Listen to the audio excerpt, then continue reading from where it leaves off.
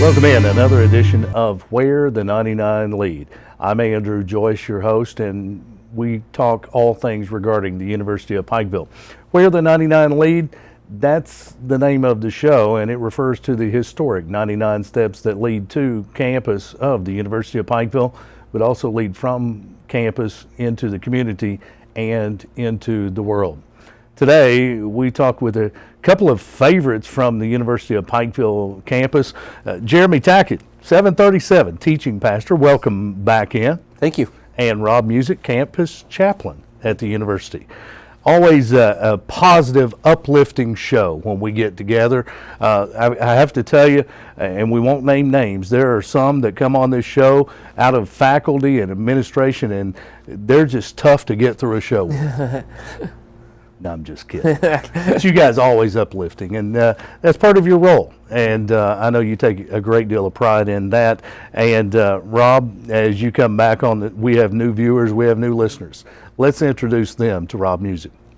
Yeah, I'm the university chaplain at the university, and I teach classes. I'm also an instructor of religion, and just really glad to be here in the mountains about the third year at the university, and have really seen the globe with the university and also the heart of our wonderful students. Yeah, a lot of growth, yes. A lot of excitement on campus. It's a great time to be at the University of Pikeville. And 3 years ago when you arrived here, that growth had begun, but it continues.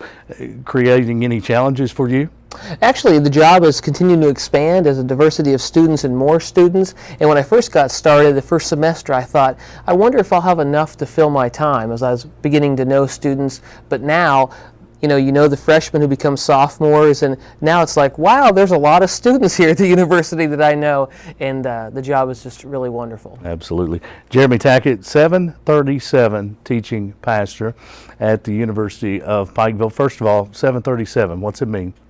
Very simply, it's the time each week that we meet. We meet on Sunday nights at 7:37. Easy time for the students and for us to remember. Sure. And we get to put the title right in there with the time. So. And you get to lead a little bit of a non-traditional worship. Yeah, it's great. It's a really unique setting. We kind of call it a test kitchen. We can try out new ministry ideas. We can do a lot of broad things that are tough to pull off in a Sunday morning church service. Sure. And be very creative and get our students involved, and we love it. Yeah, but with the age group of a college student, it's much different, the ministry, to reach them than it would be a typical Sunday morning crowd that covers several different demographics. It is. We get to target in a lot more maybe than we would with a full church service. We can focus just on the needs of this very particular group of people going through this very particular sort of unifying time in their life. They're all sort of experiencing the same thing, and that they're all trying to figure out who they are, where they want to go with their life, what they want to do.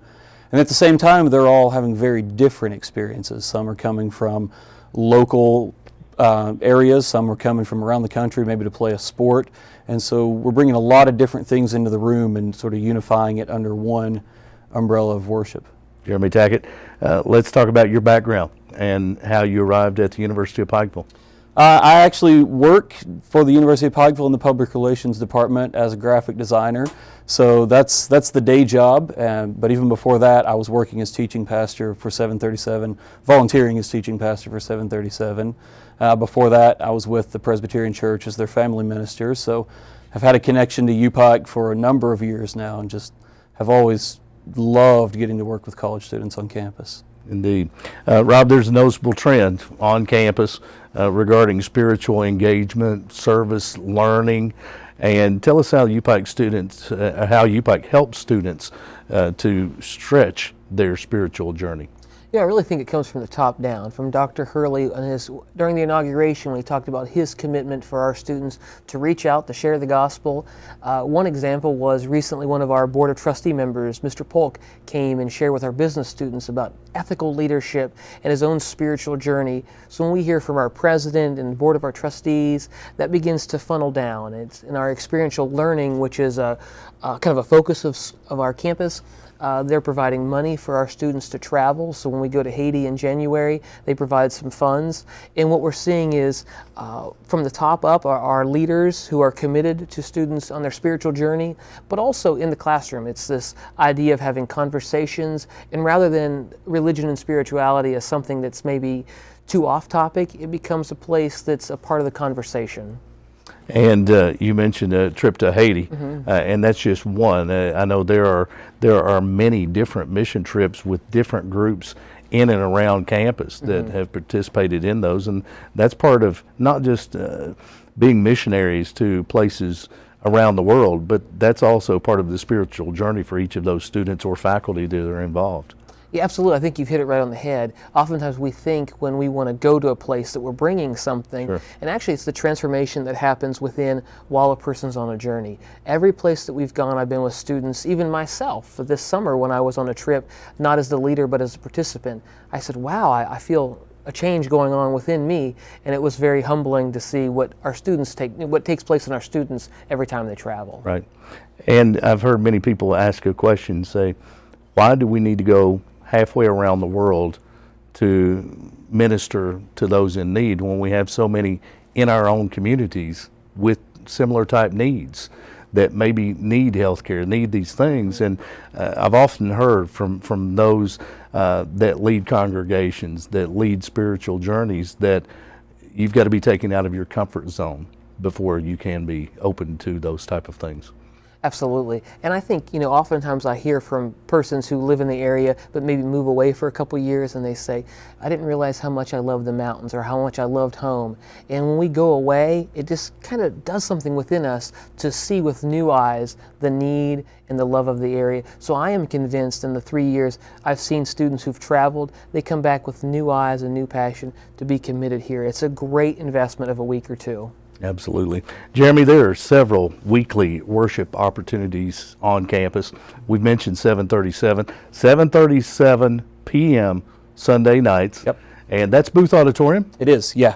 And let's talk about some other opportunities that are available for the students. Yeah, we've got a number, and I'm going to have Rob jump in here as well, but we have a group called Blessed Unity of God, or they go by BUG for short. That's one of our major small groups that meets on campus. They've been around for years.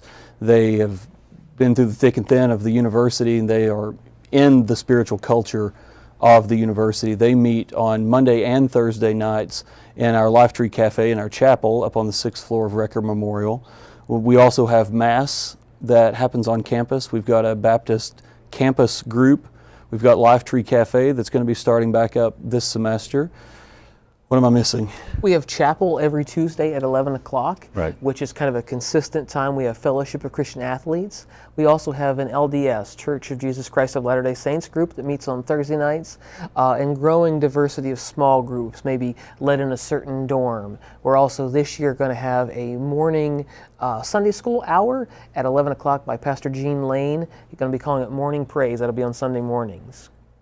Very good. So not just you as campus chaplain, Jeremy as a 737 pastor, but others from the community involved in the religious organizations, meetings, worship services on campus.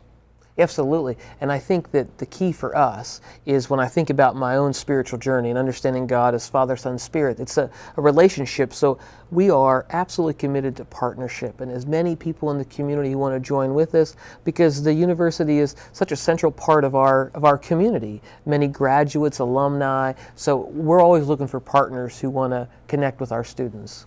And of course, different worship experiences, different beliefs, different doctrines. How tough is that in both of your roles? I'd like each of you to answer this. How tough is that when you're engaged with a student in a discussion? How tough is it when there are different beliefs and different doctrines that we all come from, and mingling those all together? I mean, for me personally, I'm committed to something called gracious hospitality, not having any kind of expectation of a student, not trying to take them to a place, but either walking beside them as they go on the journey.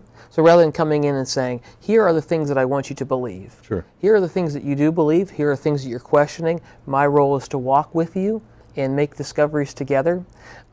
And also with that then, and I think this is why academics is such an important place to have the conversation, because there's no question that's not on the table. We're not afraid to have a talk, have a conversation, and so the university is a perfect place for students to begin to respect each other in dialogue. And it's not just in the classroom.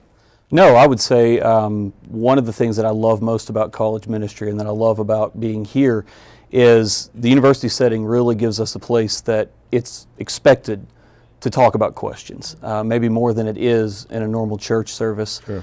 As far as Sunday night, 7:37, we get to spend a very limited amount of time on teaching, so we get to really focus on those things that bring us together rather than those maybe specific doctrines Sure. that lead us apart. But I found that, and I think maybe Rob would agree with this too, that one of the things that really makes this successful is the ability for all of us as leaders, no matter if you're coming to volunteer or if you're on staff, is it's okay to say, I don't know. And it's okay to say maybe we're different on this, but I would love to explore it together with you. And a lot of times that in itself has diffused any possible trouble that we've had just by saying, you know, I would love to know more about that perspective and that point of view. And if I'm honest, over the last 3 years, I've found things that my views have changed rather than me changing the views of others. Because, Sure. you know, we try to bring in the idea that God puts everybody in the room. We maybe get to be the ones that are on stage, but everybody that comes in comes with a unique perspective, and they come with their understanding and what God's shown them in their life. And so it really becomes a two-way education, sort of a microcosm version of what a mission trip is. You know, we come in the room thinking we're going to give something to the students, and they're going to teach us as much as we could ever teach them. Absolutely. And with the college experience, college students, they land on campus with certain beliefs from their days growing up, what their environment has been. And I'm talking educational and spiritual. And what I've found with college students, two of mine that have completed the process, is they learn a lot about themselves and they create their own beliefs. And they find out who they truly are and what their beliefs truly are during that college time, and whether it be spiritual or just about life in general. You know, there's an entire formation that's going on of their mind and of their heart and of who they are, trying to own things. And I try to encourage, when I get to meet with the freshmen as they're coming in through the summer, and one of the things I try to encourage mom and dad is to say, not be afraid. You know, we're not here to attack or take away, Sure. but to allow the questions to be asked in a healthy way. And we're going to find out that our students who graduate become very solid individuals in the community that we can be very proud of. Absolutely. Rob Music, campus chaplain at the University of Pikeville, and Jeremy Tackett, teaching pastor at 7:37. I'll never forget the time. 7:37 Sunday nights in Booth Auditorium, and that's what the worship is called, 7:37, and I love it. Rob, in addition to your role as campus chaplain, you talked about before that you're also a member of the faculty. You teach religion courses. How has teaching religion classes and being in the classroom opened dialogue with students? You know, I think it helps the students. I mean, for one, it helps me to be intentional with the students, beginning to learn their names, their stories. Sure. But also for the students, I think it makes me a little more approachable, that they've seen me in the classroom and they realize that I'm not all that scary. Maybe not all of them would say that. Sure. And it begins to give us a common bond. Right, we struggle together, and also it gives us something to center the conversation, because I teach New Testament, we talk about the text, and we allow questions to be explored. And so for me, the classroom is a great place to begin relationship, because one of the things that we do in my class is we do a lot of writing. They kind of look at a text and reflect, and they'll say at first that they really hate the assignment, right? We don't all want to do all this writing, but at the end they say, you know, I really learned a lot about myself and about the text. And I say, there it is. So it helps us to learn about each other. A great awakening. Absolutely, yes. And enlightenment of those students. Jeremy, we've mentioned 737. We've talked about it a little bit. How long has it been ongoing now? We are entering our third full year on campus. So we've completed 2 years. We actually started in April of 2012, and so this will start our third full year of services on campus. Let's talk about the growth and how it's changed. Yeah, the DNA has been the same. What we try to do is the same, but had you gone to the first service, it would look a lot different than it has now. And that's just been a process of figuring out how do we best reach our students? How do we do it the best way for this campus? What's the most cost-effective way for us to put on a service? Sometimes just we've needed to be creative just because of the resources that we have maybe for a particular week. The band that we thought was going to be there couldn't be, so then it turns into a prayer service, and so instead of typical worship, it's become just a very quiet, reflective sort of service. And so I would say that as we've grown and as we've matured as a ministry, we've seen that there's this really broad way that God can work. And the one thing that's been constant is He continues to show up, whether we are in a week that we have lights and full sound and an amazing band, which we have many of that come and visit with us at 737, or if it's a very simple week where we're just doing reflection and prayer time, or we may be addressing a situation on campus or just a place in the life of our students. And every single week we seem to learn something a little more about the way God's working on the Hill. Possibly there's a incoming freshman tuning in. They've never been to a service of 737, but they'll be on campus very soon, beginning their freshman year and their journey at the University of Pikeville. What would you tell that incoming freshman to expect in their first 737 service? It's going to be laid back. It's going to be comfortable. There's no wrong way to dress. You can show up at 7:15 and we'll be there. Most of the college students that have been there more than a week are going to show up at 7:38, and they're gonna come in. You're going to have great worship, great music. It's going to be followed by teaching and then some way to respond. Those are sort of the three parts that we want every 737 service to have. We want to start with worship. We want to remember what God's done for us in that week, and that no matter what it is we bring into the room, He's there to meet us. And so that's the first thing we want to do is worship God. Then we want to hear teaching, and that may be from me, it may be from Rob, we may have another guest, it may be some sort of non-traditional. It's not always just a sermon, it's very rarely a lecture. Sure. And we're always going to have that, and then we always want to have a way for the people that come to respond. We don't want them to just hear. It's not about just us on the stage or the band that's polished, but it's really about how does this message interact with your life? What is God saying to you in the place that you are at? So we'll have some way, maybe that's a prayer, maybe it's just a time to sing or a time to have reflection, but every single week you'll have those parts of a service. It's always going to be laid back and hopefully always going to be a lot of fun. Sounds like it.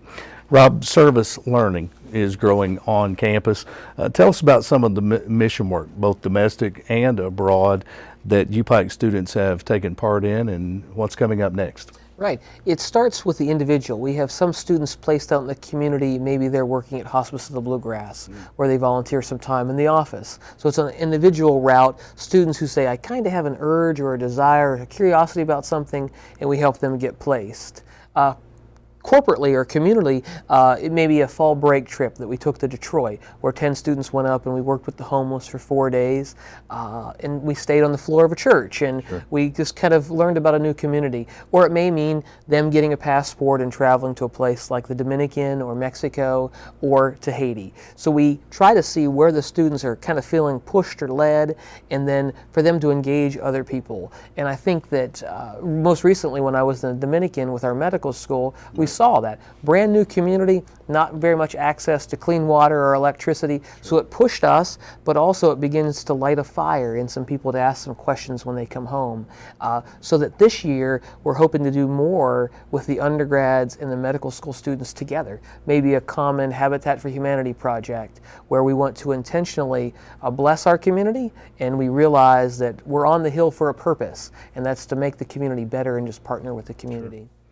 Rob Music, campus chaplain, Jeremy Tackett, 737 pastor, our guest on this edition of Where the 99 Lead. And as we talk about mission work, I think that goes to the name of the program, Where the 99 Lead. It leads to campus, but also from campus and into the community, into the world. And we've seen UPike students, ChiCom students on mission trips this summer. We've talked with some of those most recently about those trips and how they've been changed and how they've tried to make changes to the places that they've been ministering to. Jeremy, something a little closer to campus, Lifetree Cafe. I know you and I had talked about this at one time. It's fairly new to campus still, and it provides a unique setting for spiritual dialogue. Tell us how it works. Yeah, Lifetree Cafe is definitely one of those passion projects that's very close to my heart. And the thing that I love about it is what we sort of already talked about in this time together is it really gives us a place to have dialogue. As much as I love 737, it's very much a one-way dialogue. It's from the stage into the seats. Lifetree gives us a place to really have a conversation. It's the place where we meet every week, and we're still working on what time that is. We did Tuesdays last week. It may be a different night of the week this semester. But it really gives us a place where we could sit in a small group setting around tables of 4 and talk about every area of life. It's a place that we're absolutely open to questions. The way that we start every Lifetree Cafe is you're welcome just as you are, and God is here ready to connect with you in a fresh way. Your doubts are welcome, your thoughts are welcome.